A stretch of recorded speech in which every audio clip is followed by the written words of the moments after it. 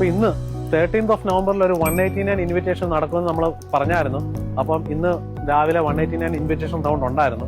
അപ്പം നമ്മൾ അൺഎക്സ്പെക്റ്റഡ് ആയിട്ട് സംഭവിച്ചത് എന്താണെന്ന് വെച്ച് കഴിഞ്ഞാൽ അതിൻ്റെ കൂടെ തന്നെ ഫാമിലി സ്ട്രീമിൽ ഉള്ള ഇൻവിറ്റേഷൻ കൂടെ റൗണ്ടോടെ ഇന്ന് നടന്നായിരുന്നു.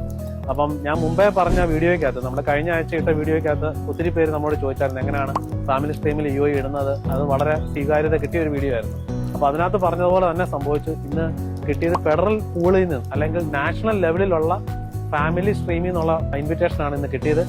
അങ്ങനെയുള്ളതിന്റെ വലിയൊരു അഡ്വാൻറ്റേജ് എന്താണെന്ന് വെച്ചാൽ നമ്മൾ ഒരു പർട്ടിക്കുലർ സ്റ്റേറ്റിൽ നിൽക്കണ്ട, നമുക്ക് ഏത് സ്റ്റേറ്റിൽ വേണമെങ്കിലും നിൽക്കാം. റീജിയണൽ ഏരിയയിൽ മാത്രം നിന്നാൽ മതി. എക്സ്ട്രാ നോമിനേഷന് വേറെ ഫീസൊന്നുമില്ല, ഡയറക്റ്റായിട്ട് നമുക്ക് അപ്ലൈ ചെയ്യാം. അപ്പോൾ അതിന്റെ ഫർദർ ഡീറ്റെയിൽസ് ഞാൻ ഈ വീഡിയോയിലൂടെ പറയാം.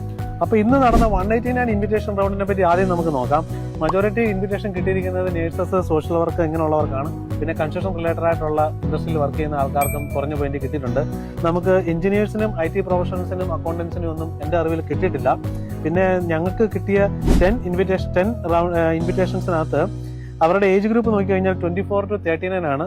എല്ലാവരുടെയും പോയിന്റ് 75 തൊട്ട് 80 പോയിന്റ്, അതായത് അവരുടെ ഓൺ പോയിന്റ് 75 to 80 ആണ്.